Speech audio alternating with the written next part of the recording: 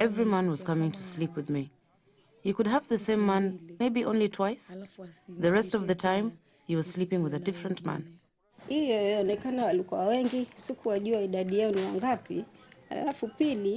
was cooking for a very big team, but I did not get to see them.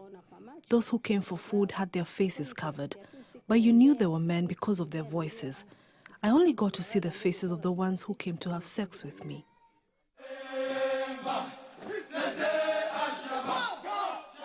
These men call themselves the Lions of Allah. They boast of having no mercy. The women say they are responsible for kidnapping and abusing them. Allied to Al-Qaeda, Al-Shabab are dedicated to creating a fundamentalist Islamic state in Somalia. The group has also carried out a string of attacks in neighboring countries, particularly Kenya.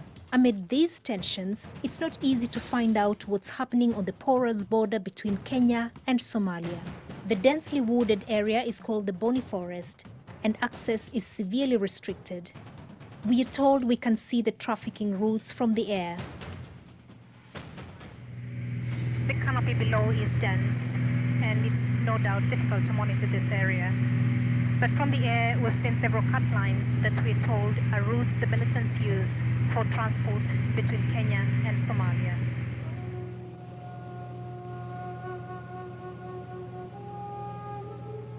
Back on the ground, locals on the Kenyan side of the border tell me the Boni Forest is used by Al-Shabab. They've found remains of recently abandoned camps. And I'm told that women have been spotted being transported through the forest en route to Somalia.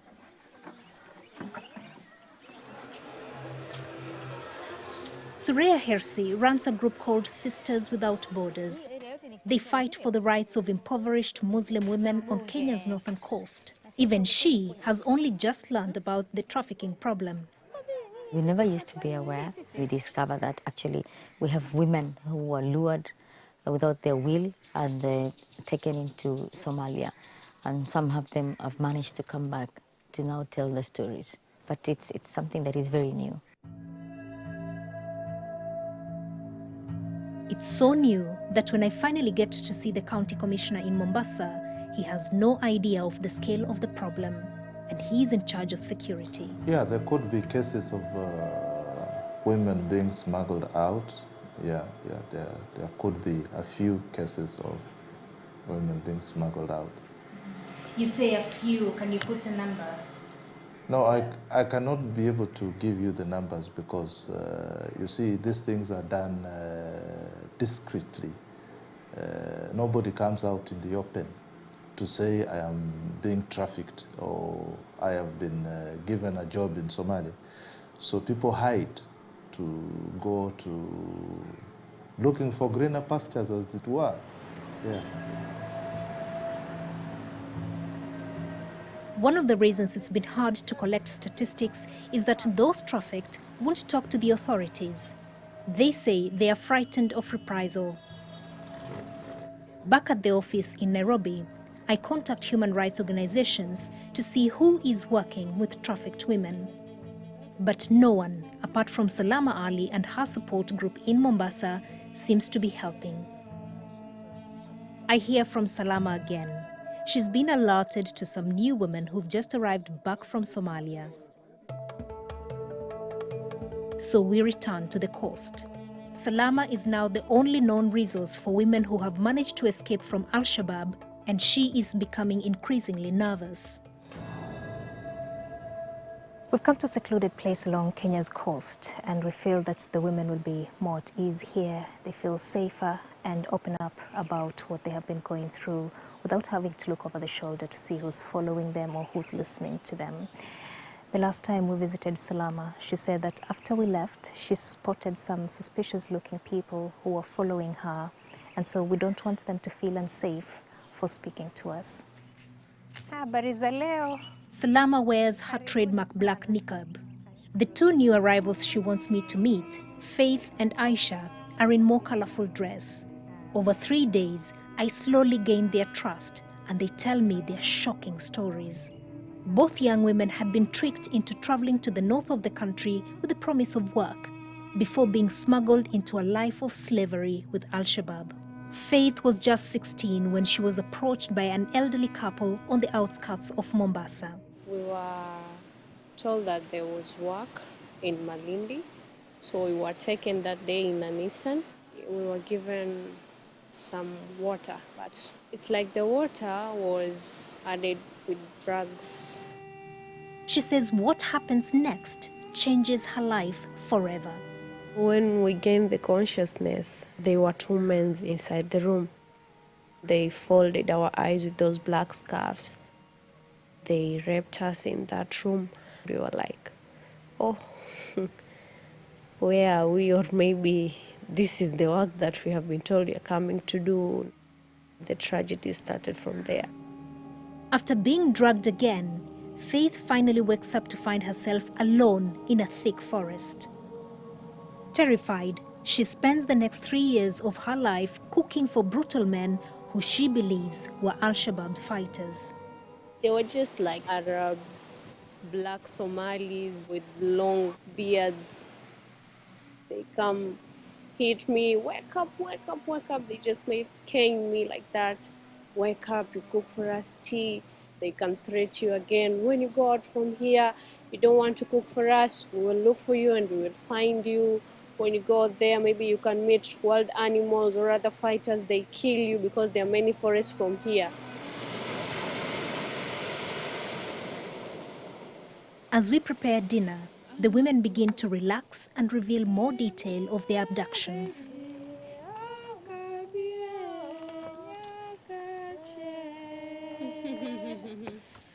Their stories are strikingly similar.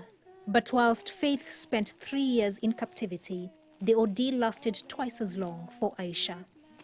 She too was promised a job by an elderly couple, this time in the town of Garissa near the Somali border. But her dream job turned into a nightmare.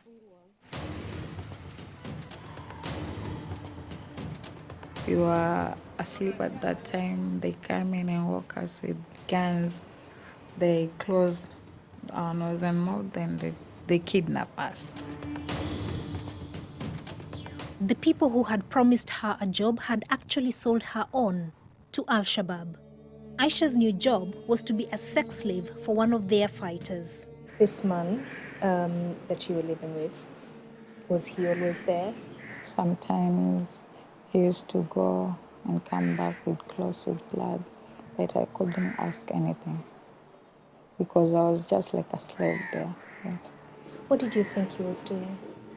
He was Al-Shabab because he used to come with guns. Yeah, I used to see guns. Faith and Aisha have only recently escaped from captivity, but they've been left with lifelong reminders of their time with Al-Shabab. When I was raped in that room, so I was pregnant. I was just alone in the forest. Even when the labor pains came, I didn't know if there was something that maybe it wanted to come out because I was not used to, because of my first pregnancy. Faith delivered her child entirely alone in the middle of the night in a forest held prisoner by Al-Shabab. With only her scarf to cover the baby, she says she was lucky to have a little knowledge from her grandmother, who was a traditional midwife. Food, maybe I breastfeed her. When she started growing big, the food that I was cooking for them, I will take a portion and hide it somewhere. So when they come and take the food, I then feed my child. Aisha also gave birth to a child in captivity. It's only God who protect me because I used to pray day and night so that I could be rescued from that place. When I deliver my child, I thought I could lose my son. When you look at your son, does that remind you of a very difficult part of your life? A son is a blessing. He's like an angel. But sometimes I have to cry when I look at him. Yeah, because I went through a lot.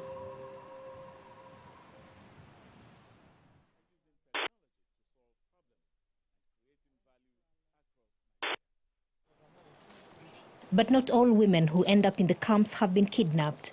I meet Sarah, who has also just returned from Somalia. Unlike Faith and Aisha, she had voluntarily gone with her husband, an Al-Shabab fighter, but she has since left the group. Though she says she wasn't involved herself, she explains how Al-Shabab captures Kenyan women. So you come to them, you sometimes cheat them, and you tell them, I want to take you to work like where I was working. Those people who don't know, like those from rural areas, they agree. They said, okay, I want to go. Now you have a lot of money. Yes, I have a lot of money. Then you take them. So we tell them that we have to travel, then we hijack them to the forest. As the wife of a fighter, Sarah's job was to clean the weapons. She was also taught to make bombs. She claims the group target women in order to breed the next generation of fighters. In my camp, there are women who were sent to come and recruit other women, to take them to Somalia, to be in our camp, to multiply, so that they can get pregnant and have their own children. Sureya Hersi is trying to understand the magnitude of the trafficking problem by speaking to different people in the community. But such information is hard to come by. The biggest challenge that we have is with these women come back traumatized. The main reason why women don't come out to speak is because they also don't want to be shunned by their own community that they come from. People fear the government. They fear that if I look like I'm associated with you and they know that you went to Somalia and came back, then they might say I'm also part and parcel of the same problem. Because unfortunately, anybody who went to Somalia, irrespective of how they went there, whether willingly or whether they were trafficked, they are being looked as they're guilty, or probably they're terrorists, or probably they're informants, or probably nobody trusts them. They don't know why they are back.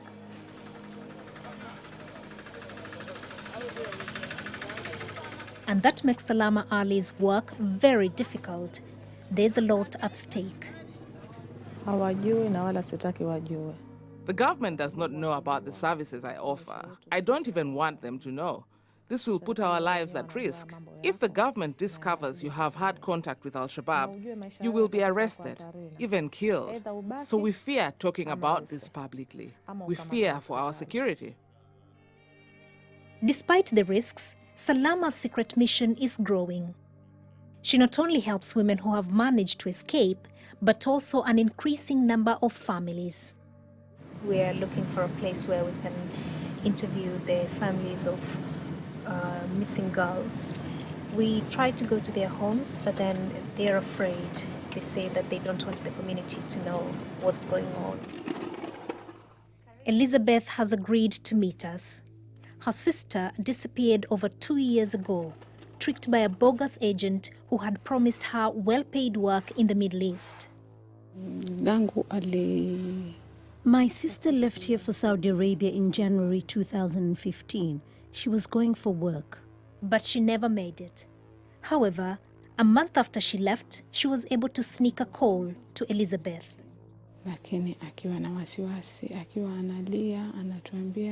She sounded troubled and fearful. She told me she was afraid she would never see us again. I asked her what was wrong, and she said she was not in Saudi Arabia but in Somalia in an Al-Shabab camp. She immediately disconnected. We tried to call back straight away, but we could not reach her. She called again and said she needed our help. She said she did not know how to get out. She pleaded for help, and then she disconnected. Since that time, we have never heard from her again. Sorry.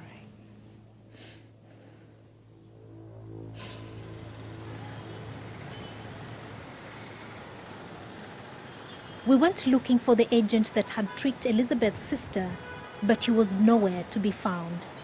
This agent rented office space right in the middle of town. Here, it's busy. Clearly, he wanted to look authentic. And for the duration of time he was open for business, we're not sure how many girls he was able to target. But we're told that as soon as Elizabeth's sister disappeared, he closed shop.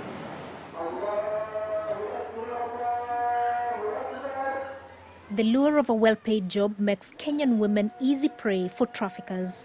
now an ever-present danger on the coast next to Somalia. Sarah, the former wife of an Al-Shabab fighter, told me how the militants specifically target Kenyans. The 300 women in that camp I was living, mostly were from Kenya. Few were from Somali, because in Kenya, the security is very tight. When they use the Kenyans, it is easier for them to complete their missions. In Kenya, they want to bomb some places. Their main aim is just to kill, to finish this Kenya, to finish maybe the Africa. Kenya has taken the battle to Al-Shabab. In 2011, the Kenyan government sent their forces into southern Somalia, ousting the militants from all major towns and cities. Al-Shabab's revenge was to hit back repeatedly on Kenyan soil. The deadly attack on the popular Westgate shopping mall in the heart of Nairobi shocked the world. 67 people were killed in the 4-day siege. And even more recently, the group inflicted the biggest ever defeat on the Kenyan army. The UN says at least 150 Kenyan soldiers were killed at a base in southern Somalia last year. Al-Shabab is clearly Kenya's biggest security threat, and Sureya Hersi is in no doubt of the scale of the problem, whether from radicalization or the abduction and trafficking of women to Somalia. I don't think anybody has any statistics. I want to believe even probably the government, they could be having their own ways of finding out. And I can assure you, almost every family is affected. You either know somebody or your neighbor has gone. In the course of this investigation, I tried repeatedly to find out from the government what was being done to stop this trade in Kenyan women. But all attempts proved futile. It has been very difficult and frustrating to get comment from the relevant government officials on this issue. It's the second time I've come to this office this week, and I've just been thrown out by the regional coordinator of security, the man in charge of security in this region. For Faith and her daughter, it's a long road back to a normal life. It was really a hard time for her because she was used to the forest-like life, living like we were animals in the forest. Because even when sleeping in the house, she didn't like it very much. So even when she feels sleepy, she comes to me, I carries her. I just make her sleep. When she sleeps completely, it's when I take her inside. It's not just sleeping indoors that is new for her daughter. She's also wearing clothes for the very first time. When she sees somebody passing with a certain type of shoes, now she just cries, also me, I want that one. So you can just go by, and when you come with it, you bring it to her. She just feels very happy, and she tries it.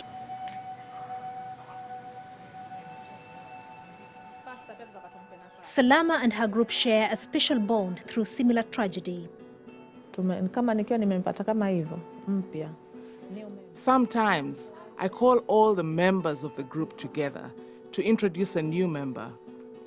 We have a small party, and at the end, we introduce the new member. Then we journey together in the healing process.